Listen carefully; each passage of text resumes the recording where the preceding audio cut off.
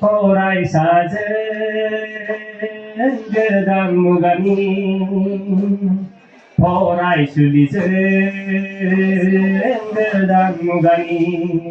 बे बैसोआ मोजाङै जानाय मोजाङै फरायनाय गेलेनाय हुदा गासिबो खालामजोब हो बिमा बिफायाबो आं दहाय खावलायनाय बायदि गथ'खौ नों फरायनो होननानै फेसबुक नायबाय थानो नाङा मालाबाबो आं जाबाय जोंना बांसिन माने मा जाबायना गथ'फोरखौ फरायनो होबाय आरो बांद्राय गथ' दिगदार गाबाथ' मबाइलखौनो होबावगोन मानोबा दा बांसिन मोनसे प्रब्लेम जागासिनो दङ बे जाहैबाय नोङो ब्रेननि स्ल' डेभेलपमेन्ट आरो बेसोर सोर जादों मिथिबायना जायनि न'खराव बिमा बिफा सानैबो साख्रि मावो जाय माने महा बेस्थ बहुत गिदिर अफिसार डाक्टार मेबि डाक्टारनि फिसायानो जा इन्जिनियार फिसायानो जा गथ'नो मबाइल होदों 5 बोसोर जादों खुगानिफ्राय राव गैया नों मामि पापाखौ बुंनो रोङा जेब्लासिम नोङो सोंबाबो नोंनाव सोंबाबो हेल' बाबा हेल' बाबा हेल' बाबु होनबाबो नोंखौ खोनासङा जै मबाइल मोनबाय इंलिशबो ओंखारगोन हिन्दीबो ओंखारगोन लेंगुवेजआ रावा इंलिशबो हिन्दीबो बे साइकोलजिकल बे प्रब्लेमा जादों लेट डेभेलपमेन्ट ओमफ्राय दा अल ओभार इन्डिया अल ओभार इन्डिया दा बे प्रब्लेमा जादों जाहाथे बिसोरथ' जेनेबा गोनांनि फिसा माबा मोनसे जाहैगोन बिमा बिफा खामायनायखौ जागोन हो जोंना गामि ओनसोलाथ' इसेबां माबा नङा ओइ बुलि नोंसोरखौ आं दुखिया होननानै बुङाखै गाज्रि जानायखौ आं निमाहा बियो हो आं होनदोंमोन मालाय गोनांफ्राथ' माबा मोनसेबाबो खालामो खिन्थु नों बेखौ लानानै गावनि एसे लापरवाहि माने एटेनसन होयिनि थाखायनो गथ'आ जुदि बिदि जानांगौआथ' बिराद दुखुनि खोथा ना ओंखायनो गथ' फोरोंनाय समाव लागोबा मबाइल ज्राब सोरबा फन हरबाबो मोनसे टाइमिंआव फन हरबानो जाबाय आरो नों फेसबुकआवथ' नायबानो ओंखारबाय थायो नै सिरियालनो नै माबानो माने हिसाबानो गैया टाइम पास खालामनो आगोलफ्राव नोङो गुवाहाटिफ्राव माबाफ्राव थांबा ट्रेनाव ओरैबायदि जेवजेव रायलायोमोन मानसिफ्रा दाना नों ट्रेन गाखोनाय दाउस्रि बा माने बास्रायनाय ना मा होनो बेखौ फंसेबो रावजोंबो रायलायनो खोनानाय नङा गावबा गाव बयबो मबाइलाव बेस्थ हेडफना लाबाय मबाइलाव बेस्थ माने जुगा टेक्न'लजिकेल जुगा दा सोलायबोबाय नालाय दा नों बेफोरनिफ्राय माया मोजां माया गाज्रि बेखौ सिलेक्सन खालामनानै लानाया बे जोंनि दायित्व जोङो सोरजोंबा फ्ल' जों थांफानाङा फ्ल' माने ओरैनो बारा जेरै बारदों बिदिनो थांदों बे जोंनो नङा सब समाय गावखौ स्टाडि खालाम नोंनि एमआ मा नोङो मा न'खराव दङ नोंनि न'खरखौ नों माबायदि जाजानो लुबैयो नों माबायदि लाइफ स्टाइल थानो लुबैयो माखासे इनफरमेटिभ भिडिअफोर माखासे इनफरमेटिभ इनफरमेसनफोरखौ नोंसोर नाय बेवहाय जेबो नङा नायनांगौ खिन्थु ओरैनो आबाव जामाखौ नायनानै टाइम नस्ट दा खालाम बेनिफ्राय नोंनि डिटारमिनेसन थानांगोन जे नोङो आं बेखौ हासिल खालामगोन नों जुदि बेखौ हासिल खालामनांगौ साप'ज आं सिम्पल एग्जाम्पलखौनो होबाय नोङो जुदि निट क्लियार खालामनांगौबा आं जे मेडिकेल फरायदों निट क्लियार खालामनांगौबा नोङो मा नांगोन मिनिमामथ' नोंनो पिसिबि 50% नांबाय फिजिक्स केमिस्ट्रि बाय'लजि 50% नांबाय नों 50%नि थाखाय नोङो मिनिमाम फरायखाथारनांगोन नोङो 50%ल'थ' नोङो बेथ' मोनबाय इन्ट्रेन्सआवबोथ' नों मोननांगोन दा इन्ट्रेन्सनि थाखाय नोङो फरायनांगौब्ला नोङो माखासे बुस्थुखौ नों जालदाब दोनथ'नो हानांगोन जे आंनि माबायावहाय बे जिनिसा दा फैथ'थों खारन आंनि केरियार दानायावहाय बेहा हेंथा दं बेनिफ्राय नों जुदि सिट सिकिउर खालामनो हायोब्ला बिनि उनाव नों मा खालामो दा दुनिया बेरायना मा बेरायबाय दा नोंखौ रावबो सोंनो रायनो बुंनो रावबो गैया खारन बै समाव नोङो साक्सेसफुल माने मा जायफ्रा नोंखौ नुनानै इन्सपायार जायो जायफ्रा नोंखौ नुनानै थुलुंगा मोनो बैखौसो साक्सेसफुल होनो सोरबा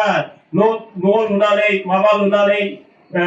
माने गारि गिदिर बायबानो बेखौ साक्सेसफुल नङा बेबो साक्सेसफुलनि एग्जाम्पलाव गोलैया मोनसे समाव नोंखौ सोंहैगोन नोंनि गथ'आ मा मावखो नोंनि देहाया माबोरै दं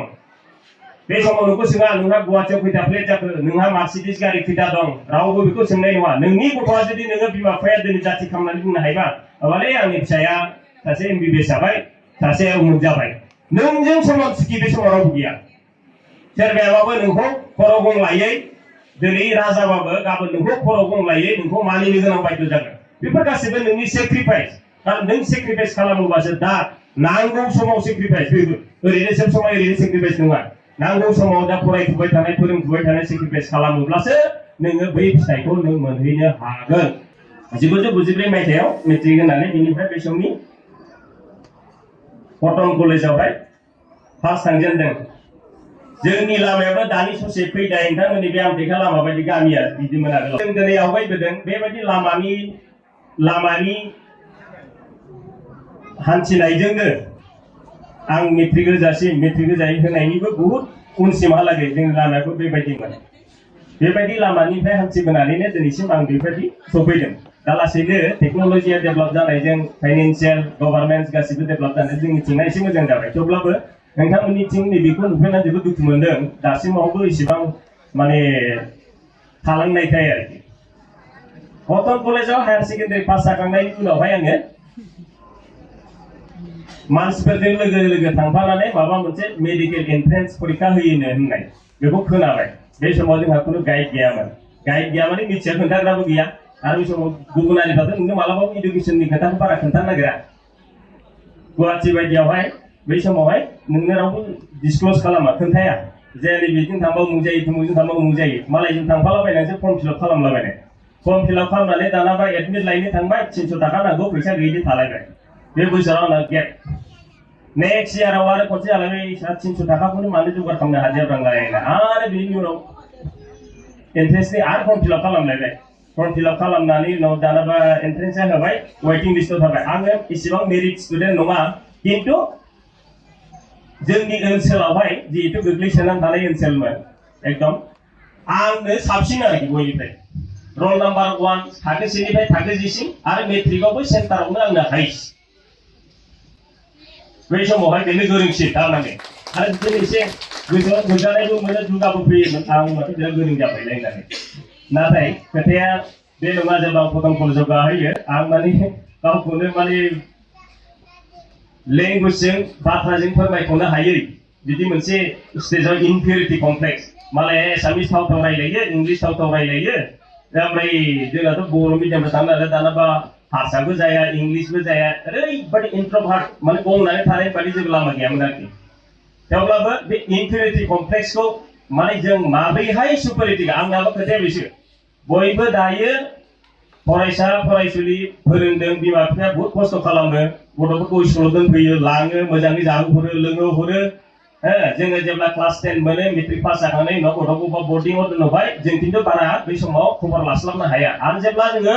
गथ'खौ खबर लास्लाबनो हाया बै समावनो दा आथिखालनि मुगाया थारमाने नों गथ'खौ मोजाङै मोनफिननायनि हालोदानो बहुत गोब्राबसै आगोलनि दिनावहाय जोंनि आबै आबौनि दिनावहाय हाग्रानि जिब जुनारजों जुद्ध नांनानै खेथि बाथि मावनानै रायजो खुंनांगौ जायोमोन जोंनि समावहाय बेवहाय आरो मोनसे माबा दंमोन मा पभार्टि जेराव माने गरिब जानाय लोंनायखौसो जगार खालामनो होननानै फरायनो दानि बेलायावहाय खिन्थु बिनिफ्राय गाज्रिसिन जाबाय जानाय लोंनाया दा एभेलेबलसिन ओरैबायदि बाग्ला जाबाय दा गाज्रि जिनिससो जानो हमबाय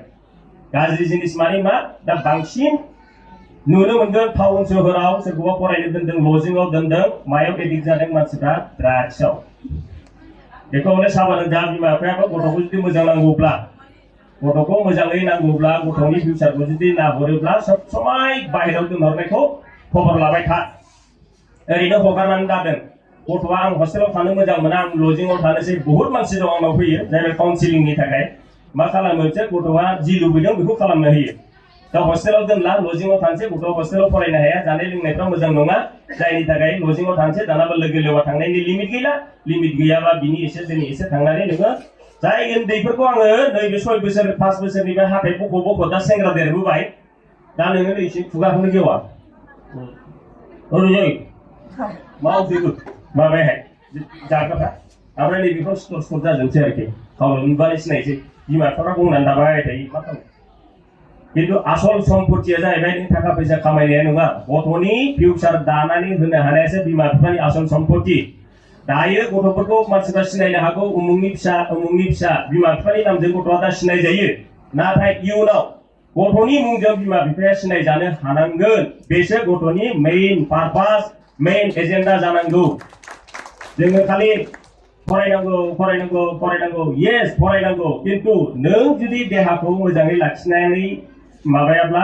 थायाब्ला नों बोरै फरायनो बोरै आवगायनो ओंखायनो फार्स्ट अफ अल आंनि साजेसना बिं ए डक्टर हिसाबै आं बेखौबो बुंगोन जे जोङो फार्स्टआव जोङो जोंनि गोग्गो देहाखौ नोजोर होग्रोनांगौ गोग्गो देहा होनोब्ला जोंनि जानाय लोंनायनि फारसे जोंहा नोजोरा थानांगोन बे माब्लाबा फुङाव स्कुलाव टिफिनाव लांस्लाबनो हायै संस्लाबनो हायै मेगि बानायना हरनाय चाउमिन बानायना हरनाय दखाननिफ्राय बिस्कुट केक लायनानै हरनाय हुदाखौ आं बिमा बिफाखौ खावलायो हायोब्ला एसे खस्थ' खालाम न'आवनो जि हायो बेखौ बानायना हर बेफोरखौ जाहोनाय हुदाखौ दा खालाम होमब्लानो गथ'नि साइस्थ' फारसे नोंहा बेनो सम्पति हेल्थ इज वेल्थ जायखौ होनो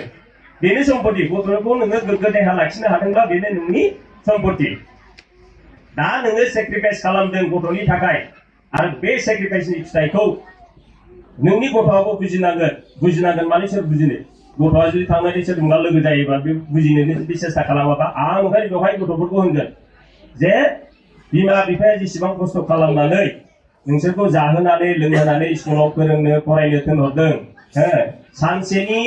टाइमानो बहुत मूल्यबान बेखौ सानना जे दिनै सानसे ओरैनो थांगारबाय माने हगारबानो जायो बे समालाय फैबाय थाखागोन नङा बिदि समा सब समाय फैबाय थाया मोजां सम जों मालाबाबो नेनानै मोना जों दिनैनि समखौनो मोजां सम बानायनानै लानांगौ बे जाहैबाय गथ'फोरनो नोङो सब समाय नोंनि गोसो सिङाव बे साननाया थानांगोन आरो बे हिसाबैनो नोङो दिनै नोङो खस्थ' खालामनांगोन दिनै खस्थ' खालामबासो नों इयुनाव बारा खस्थ' खालामालासिनो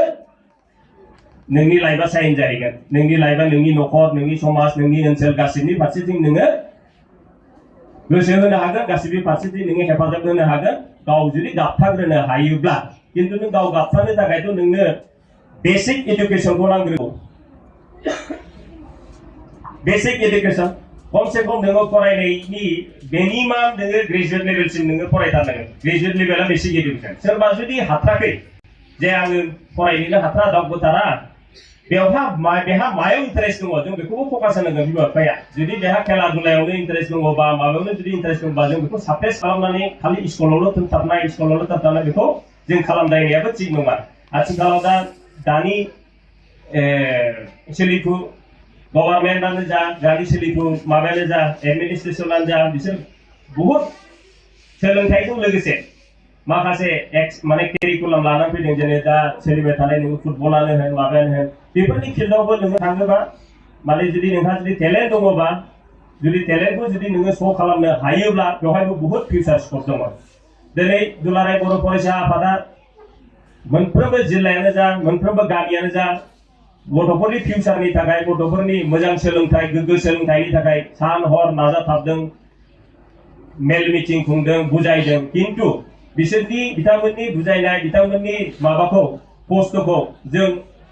बिमा बिफाया जों गथ'फ्रा जोङो बुजिनानै जों दायथ' लानांगोन जे मानि थाखाय सोरनि थाखाय खालामदों बे जाहैबाय जोंनि फिउचार गोग्गो समाज दानो थाखाय जोंनो सोलोंथाइखौ नांगौ जोंनो सोलोंथाइ गैयाबा जों गोग्गो समाज दानो हाया माहाजोन जानाया जेबो गिदिर खोथा नङा सोरबा मालाबा नोङो अबेबा मोनसे खाफालाव गैयाबा सोरबा सासे माहाजोन जानो हागौ खिन्थु नोङो थाखाजोंनो सोब बुस्थुखौ बायनो हाया जोंनाबा दा बांसिन फकास जानायाव थांगासिनो दं ससियेल मिडिया बेवहाय जोंहा मा जायो जोंनि फरायनायनिफ्राय जोंना डिस्ट्रेक्ट जालांगासिनो दं दिनैनि फरायसायाथ' जोंनि गाबोननि फिउचारनि थाखाय जोंनि समाजखौ दागोन नङा होमबा दा जुदि दिनैनि फरायसा गाबोननि फिउचार दानांगौबा जोंनो इडुकेसन गैयाबाथ' जोङो फिउचार दानायनि जोंहा खुनु प्लेन पलिसि जों लानो हाया कारण नों फिउचार दानायनि प्लेन पलिसि रुल खालामगोन सोर अफिसार फैगोन नों बाहेरानि अमुक फैगोन नों बाहेरानि आल्टिमेटलि नोंनि नांनाय गांनाय उखैनायखौ सोर मिथिनो मन्त्रि एमएलए नों बोसोरबानि थाखाय जागोन बे थांगोन गुबुन सासे फैगोन बे थांगोन गुबुन सासे फैगोन जों बेफोर गासैबो जोंनाव मालाबाबो पारमानेन्ट नङा बे सिस्टेमा मालाय थाबाय थागोन खिन्थु जों गावनो गाव सोरबाया जुदि सासे मोजां अफिसार जायोब्ला सोरबाया जुदि सासे मोजां एडमिनिस्ट्रेटर जायोबा सोरबाया जुदि सासे मोजां डक्टर सोरबा इन्जिनियार सोरबा उकिल सोरबा पुलिस अफिसारानो जा सोरबा नोङो जुडिसियेलानो जा सब फिल्डआवनो जोंनि मानसिनि गोनांथि दङ दा जोङो नोंसोरो सानस्लाबनो हायाखै मिथिस्लाबनो हायाखै जानो हागौ बुस्थुआ मारै जाहैनानै दं गुबुन हारिनि मानसिफ्रा नों कर्ट कासारियाव थां पुलिस डिपार्टमेन्टआव थां उमुक डिपार्टमेन्टआव थां जेरावबो गावसिनि मानसि दंजोबो दा नोङो माबा मोनसे क्राइम खालामबाबो जोंना पुलिसनाव हमना हरबाय पुलिसनाव हमना मालायसो नों गासिबो मालाय गोलावफोर गोजा गाबोन उखिलानो बिसिनि जाजाबो बिसिनि नोङो मा खबर मोनो नोंलाय गासिबो नोङो जों रोंला नालाय जोंनि आखाइनिफ्रायनो नोङो गावसोरनि जि गोसो बेखौनो रुल बानायगोन गावसोरनि ओंखायनो जों बेफोरबायदि थगायजानाय नासयजानायनि थाखायनोथ' दिनैसिम आन्दलन खालामै बे स्टेजसिम सफैदों दा आन्दलननि पिरियडआ जोब्बाय दा मोनसे स्टेबल सम फैबाय दा स्टेबल समावहाय जोंना खामानिया दानो जोबाखै दा स्टेबल सम फैनायनि ओंथियानो जाहैबाय दानि फरायसा फरायसुलिफोरा जाहाथे आगोलनि समफ्राव आन्दलन खालामनानै पुलिसजों होसो जानानै न'खरफ्राव गिलुं गिलुं सानफ्रामबो बिखा क्लाब क्लाब दिनै थुमु फैगोन नोङो बेयाव थानाय बयबो मानसियानो बेफोर एक्सपिरियेन्सखौ मोनदों दिनै थुमु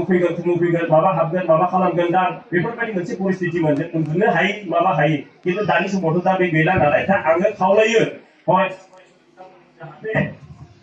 जाहाथे जोङो बे डिफिकाल्ट गोब्राब गारबोनाय समफोरखौ बावगारनानै जों एकदमबारे माबा जाबाय होननानै गोजावलानो नाङा जोंहा बहुद दायित्व दंबावो दाबो जोङो खालि स्ट्रं ओरैनो फरायलांनायसै जाहैथोंलै बिदिल' थांनानै जानाय नङा जों मोनफ्रोमबो फिल्डआवनो आग भाग बाहागो लानो जोङो सेस्था खालामनांगोन फिसायानो जा गिदिरानो जा गावबा गाव केपासिटिजों गावनि ब्रेना जेसेबांसिम सहायो बेजों जोङो मोनफ्रोमबो बिभागाव मोनफ्रोमबो आयदायावनो जोङो एंगेज जानानै जोङो थानो सोलोंनांगोन बेच खालामबाय 2017 निफ्राय मेट्रिक होनाय बे स्कुलनिफ्राय नङा होमबा दलांबाय दा बिथांमोनाबो हयथ' सोरबाया मोजां सोलोंथाइ लानानै मोजां बिबानाव मावहैनानै थाहैनाय जानांगौ बेफोरनिफ्रायबो नोंसोर एसे इन्सपायार ला खारन बेफोर हिस्ट्रिखौथ' स्कुलावसो मोनगोन नालाय आं होननाया जाहैबाय जुदि नोङो आखरखौ सिनायखायोबा फरायनायाव मानो हायैनि खोथा सोरबाया होनो आंहा फैसा गैयिनि थाखाय फरायनो हायाखै आंहा थाखा गैयिनि थाखाय फरायनो हायाखै आंनावबो बहुत मेसेज फैयो माबायदि मेसेज फैयो फरायनायालाय जोंना फिसाया मोजांथारमोन माबानो हायासै एसे फैसा थाखा थायोबा फरायनांगौ आं होनदों नोङो फैसा थाखानि थाखाय आंखौ दा बुंहर मारै फरायनांगौ आंनाव सोंनो फै फरायनांगौआ मारै फरायनांगौ आंनाव सोंनो फै फरायनाया थाखा फैसानि नङा फरायनाया गोसोनिसो खोथा नोंहा जुदि गोसोआ थिग दङबा नोंहा जुदि फकास थिग दं नों मा जाहैनो सानदों नोंहा जुदि गला थिग दङबा खिन्थु बे बुस्थुखौ नों गावनो डिटारमाइन खालामग्रोना लानो थिरांथा लाग्रोनांगोन नों मा जाहैनो सानदों बेखौ गाव गोसोआव थिग खालामनानै ला दानि दिनाव ओरैबायदि इजि जाबाय नोङो इनफरमेसन गेदार खालामनो थाखाय मबाइलफ्रानो नोंना गासिबो इनफरमेटिभ मोनजोबो नोङो गासिबो इनफरमेटिभ मोनजोबोबा नोङो आगोलनि बायदि माबा मोनसे सोंनाय आं दहाय होननायालाय फर्म फिलआप खालामनांगौ मेडिकेलाव फर्म फिलआप खालामनांगौ आं मिथिया मालायजों खिथु थांफालाबायनानै खालामलाबायनाय होननानै बे समाव इनफरमेसन बिदि टेक्न'लजिया बिदि आपडेट नङामोन दाथ' मोनजोबो दा खालि नांगौ नोंसिनि गोसोनि नोंसिनि माने सेस्था माने नोंसिनि माबाखौ कनसिस्टेन्सि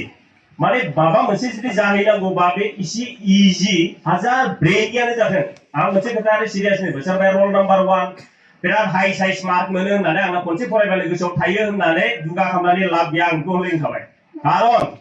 कनसिस्टेन्सि गैयाबा माने रेगुलार फरायनाया गैयाबा खनसेयावनो जुदि गोसोआव थानो हागौ येस नोंना ब्रेना बिराद सार्प कनसिस्टेन्सि जुदि नोंनाव गैयाबा नोङो गाब्लुंगोना सानसे माने बारा गोबाव नङा गाब्लुंखागोन खारन बै समावनो मालाबा फरायहैनो नोंहा सुबिदा मोनाबो जानो हागौ सानसे नोङो आं खनसे फरायबाय बेखौनो माथोखाय आं खनसे फरायबानो हाखायै फरिखा खाथियाव सानसे बोरलाबानो जायो आरो ब्रेनिखा बेना गथ'आ होनलायनो खिन्थु नोङो बै दिनखालिनि दिनखौ नों बोरै नुहुरनो बै दिनखौ नों नुहुरा ओंखायनो आंनि होननाया जाबाय रेगुलारिटिया थानांगौ कनसिस्टेन्सिया थानांगौ कनसिस्टेन्सि माने नों फरायदों नालाय फरायबा नोंनि प्राइम डिउटिया मा दा बे बैसोआव जानाय आरो फरायनायनि बादै मा खामानि दं गेलेनाय जानाय फरायनायनि बादै मा खामानि दं आं स्टुडेन्टखौ होनदों बे बैसोआव दायो मोजां खाद्य जानांगौ न'आव संनायखौ जानांगौ लेखा फरायनांगौ आरो नोङो मा होनो बेखौ जिखिनि हमवर्कआनो जा नोंनि प्राइम डिउटि प्रायरिटि जिखु बुस्थुखौ जोङो सिलेक्ट खालामना लानांगौ जे नोङो माबा मोनसे हमवर्क हरदों न'आव टिचारा माबा मोनसे फोरोंदों बा टिचारा माबा मोनसे माबादों बेखौ नोङो न'आव फैनानै रिभाइस खालामफैबानो जायो बांद्रायबो हार्ड वार्क खालामनो दरकार गैया आरो जेसेबां नों हार्ड वार्क खालामगोन बिनि फिथाइखौ नों बांसिन मोनहैगोन देनांहाय बेखिनियानो आरो जेसेबां जुदि नोङो बानानै थायोबा उनाव बेयो नों बे दा खस्थ' खालामबा देनां बारा खस्थ' खालामहैनाङा आरो जुदि नों दा खस्थ' खालामाबा खस्थ' खालामबाबो आगोर मोना बे समावहाय माब्ला बे समावनो खाफालखौ दुसिनसै मानसिफ्रा आंना खाफालानो गैखायालै आं होनो खाफाला मालाबाबो गाखानानै फैया खाफाला नों गाव बानायो आरो जुदि सोरबा बेखौ मानिनो हायाबा बे गावनि खोथा खिन्थु आं जि फिल खालामो खाफालखौ नोंसो जायो नोंनि जुदि बादुला जायोबा नों बादुलाया मा खाफाल थानांगौ जाखो नों जुदि खामानि मावाबा नों जुदि फरायनो बायोबा नोंना जेबो नों खाफालखौ दुसिनानै लाब गैयाना दुनियाव आं मोनसे माबाखौनो गाज्रि मोनो बे जाहैबाय बादुला दा सार आं सिदा अपेन बे होनो बाग्रा मानसिखौ आं सबसे गाज्रि मोनो बा नोङो सोरबा सासे सिखाव जानायबाबो बिराद एक्टिभ जानांगौ डाक्टु जानोबाबो बिराद एक्टिभ जानांगौ मानो होनबा बियो पुलिसनिफ्रायसो बांसिन एक्टिभ जानांगौ बे खिन्थु नों आरो नों बावनो नुगोन नोङो जाय मानसिया बानाय गैया एक्टिभ मोनसे नङा मोनसे समाव बे मानसिया हय गाज्रिजोंआनो जा मोजांजोंआनो जा मोजां लाइन मोनफ्लांबा बे मानसिया साइन जाखागोन कि जाखागोन ओंखायनो नोंनि हार्ड वार्क बायै हार्ड वार्क डेडिकेसन नों जुदि बे खामानिखौ मावथाबबाय थायोबा गाज्रिखौ नागारदो आङो मोजां खामानिखौ मावथाबबाय थायोबा नोङो मोनसे समाव नों फिथाइखौ मोनहैखायो मोनहैया नङा मोनहैखायो दा जोङो मानसिफोरना खालि बे माबाया बेनो जोंथ' माथो फरायबाबो साख्रि मोना माथो फरायबाबो साख्रि मोना बे बयनांबो नै दा आं फैगासिनो दङ आंबो दा अजित सारा लेंना लाबोनाय खारनानैथ' बेनो जे मानसि जे साख्रियाल' मानसिनि लाइफ नामा साख्रियाल' मानसिनि माबा नामा आं बेखिनि खोथाखौ बुंनाय बाहेरा खोथा होनगासिनो दङ दा खोथाया जाहैबाय जोंनो मा नांगौ नोंनि ब्रेना मायाव सहायो जोंनो नांगौ जोंनि स्किल वार्क नों ग्रेजुएसन खालामगोन मास्टार डिग्री खालामगोन नों PhD खालामगोन खिन्थु नोंखौ मायाव एंगेज खालामनो गभर्नमेन्टआ मायाव एंगेज खालामनो बा नोंनि स्कुल कलेजआ मायाव एंगेज खालामनो नों बायदियाथ' जेवजेवानो जानोसै ना दा जोंनाव माया डिफिसियेन्सि जानानै दं आं दा क'क्राझाराव थायो हिसाबै होनबाय क'क्राझार बायदियावहाय सासे नोङो एसि मेकानिक गैया बर'नि होनबाय आङो बर' एसि मेकानिक नागिरबावना ओरैबायदि न'खर एसिनि रिपेयारिं एसिनि खामानि एपइन्टमेन्ट लाबाबो नों आगोल मोना बेफोर जाहैबाय स्किल वार्क बे माने रावनिबो सायाव सरकारनि सायाव बे डिपेन्डेन्ट नङा बे माने गावनि खामानिनि सायाव खिन्थु जोंनि नोजोराव मा बेफोरखौ मावनानै जायो बेखौलाय मा मावलायनांगौ जाखो इलेक्ट्रिशियान बेखौ खि मावनानै जायो नै लेबरेटरि टेकनिशियान नों बे ब्लाड टेस्ट खालामग्रा माबा खालामग्रा होनो नोंनि मानसिखौ नागिरना मोना जोंना माने गिदिर थिगैनो गिदिर साननाय खिन्थु नोङो साननायजों लोगोसे नोंनि कर्म नोंनि मावनाय बेबो नोङो मोनहाहैनांगोन जुदि नों मोनहाहैयाबा नों मा खालामगोन बे नोङो स्किल वार्कखौ लोगोसे नों सोलोंफालांनायावहाय नोंहा जेबो खथि गैया बे नङाबाबो बे नोंहा अपसना बारायसिनो साख्रिनि बेलायाव नङा अपसना बारायसिनो साख्रियाल' नोङो जानो हाथारगोन बे नङा साख्रि गैयाबाबो नोङो थांनानै थानायनि राहाया बाव फैयो आरोखि दा आं होननाया जाहैबाय आङो दा इन्जिनियारिं बेकग्राउन्डआव आं थांनो नागिराखै आङो माखासे बेकग्राउन्डखौ थांनो नागिरदों आं सिम्पल जिहेतु आङो हाथाइनिसो डाक्टार हाथाइनि लाइनावबो मा दङ आं बेखौ एसे खोन्थालांनोसै हाथाइनि लाइनाव नोङोथ' डक्टर जाथारनोबा निट होथारनांगौ दानि दिनाव निटआ आगोलबो दंमोन जोंनि दिनावबो एन्ट्रेन्सआनो जायोमोन खिन्थु निट गैयामोन खिन्थु आजिखालिथ' निट नोङो निटआव क्वालिफाइड जाथारनांगौ निटआव क्वालिफाइड जाथारबासो नोङो डक्टर जानो हागोन बे जाहैबाय BDS नि बिनिफ्रायबो निटआव क्वालिफाइड जायोबानो नों डक्टर जाजोबनो माने गभर्नमेन्ट कलेजाव नों मोना बिदिबाथाय गभर्नमेन्ट कलेजाव नों मोनाबा नोंना फैनोसैलाय नोङो फिनान्सियेल केपिटेसन माबा मेनेजमेन्ट खथा माबा खथा नों फैसा होनानै प्राइभेट कलेजाव फरायनांगोन मानसिया जायहा दङ बिसोर हाबाय जायहा गैया जों बायदिबाथ' नोङो गभर्नमेन्ट कलेजाव नि बादै नोंहा खुनु आसा गैया दा ओंखायनो गभर्नमेन्ट कलेजाव फरायनाय प्राइभेटआव फरायनाय बहुद डिफारेन्स फैयो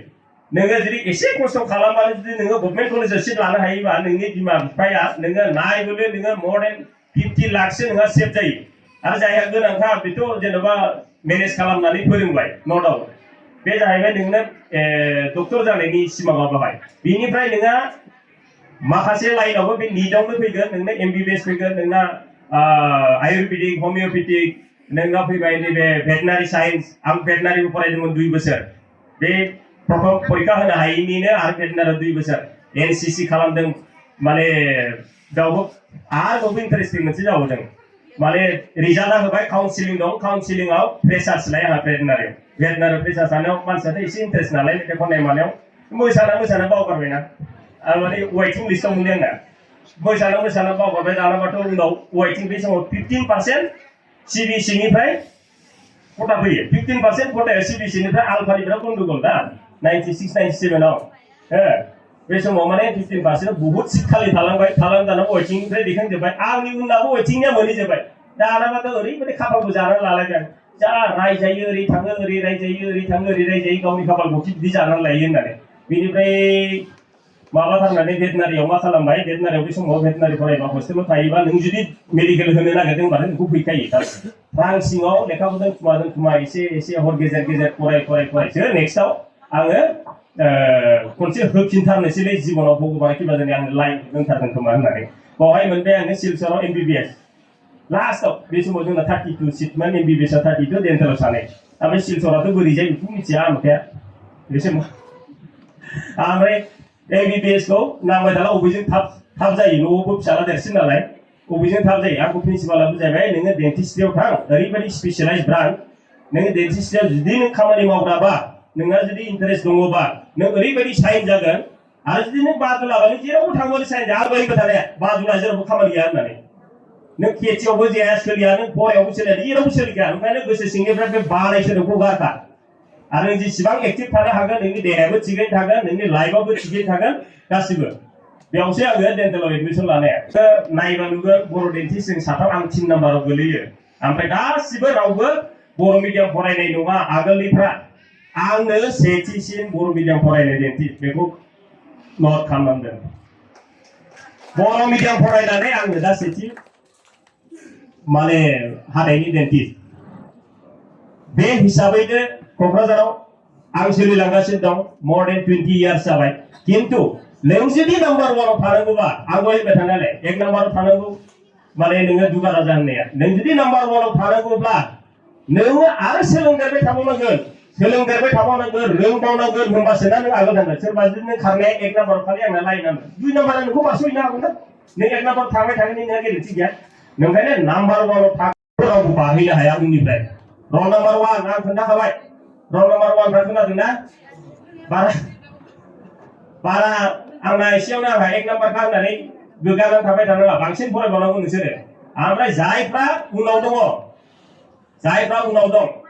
बिसोरबो डिमरेलाइज जानानै थानाङा जे आंना हाखायालै होननानै बेहा थारमाने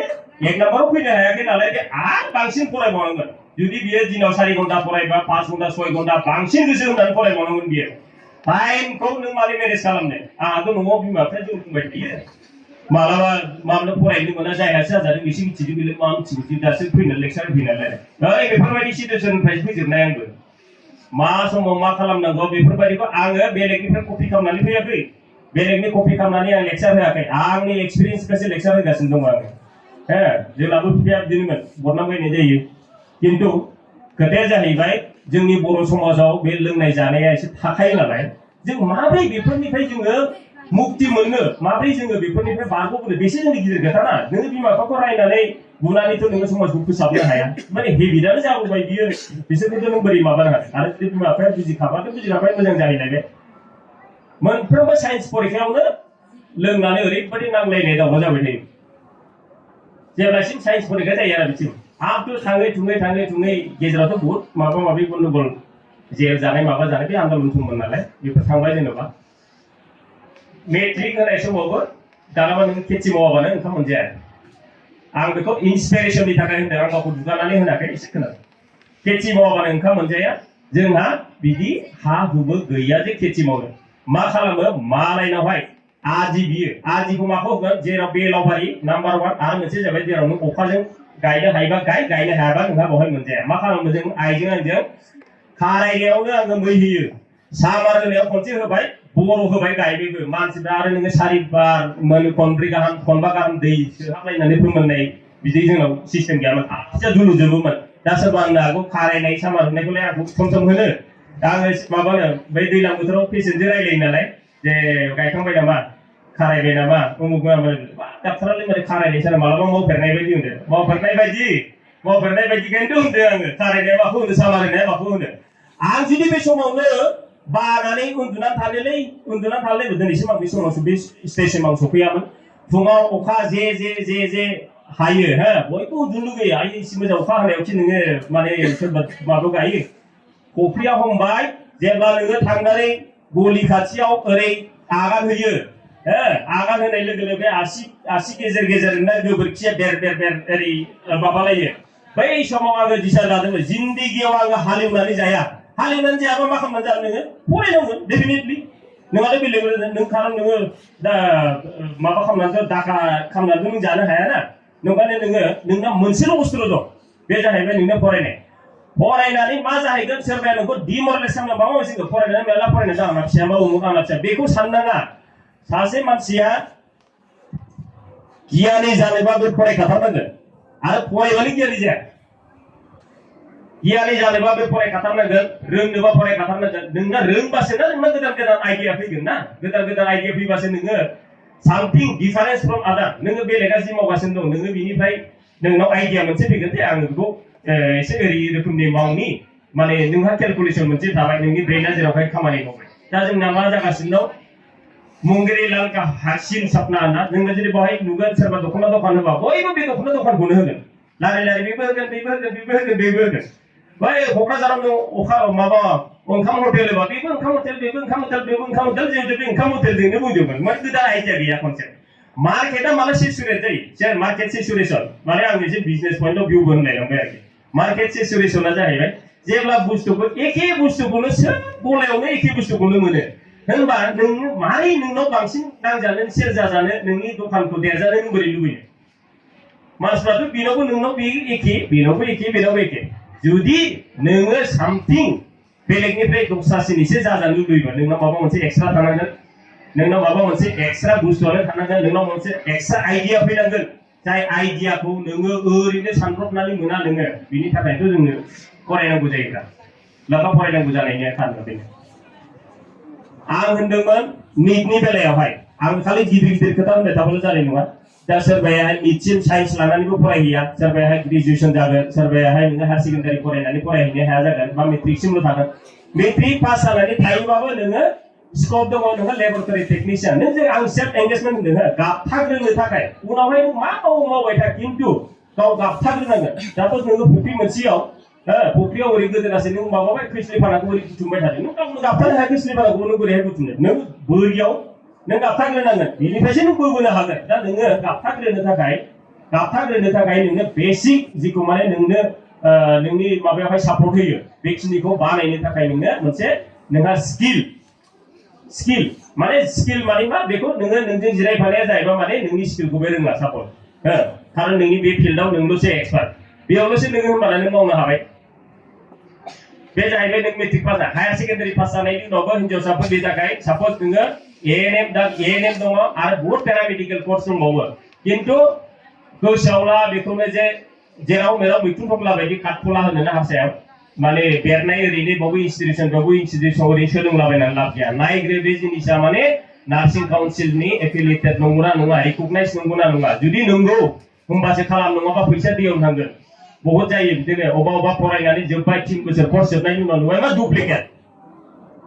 डुप्लिकेट आल्टिमेटलि थांनानै फैनानै मा जाखो नोङो बिमा बिफायाबो खरस खालामबाय माबाय दा गथ'खौ ओरैनो गोदाव सोराव खालामबाय न'आव प्राइभेट माबाफ्राव मोनगोन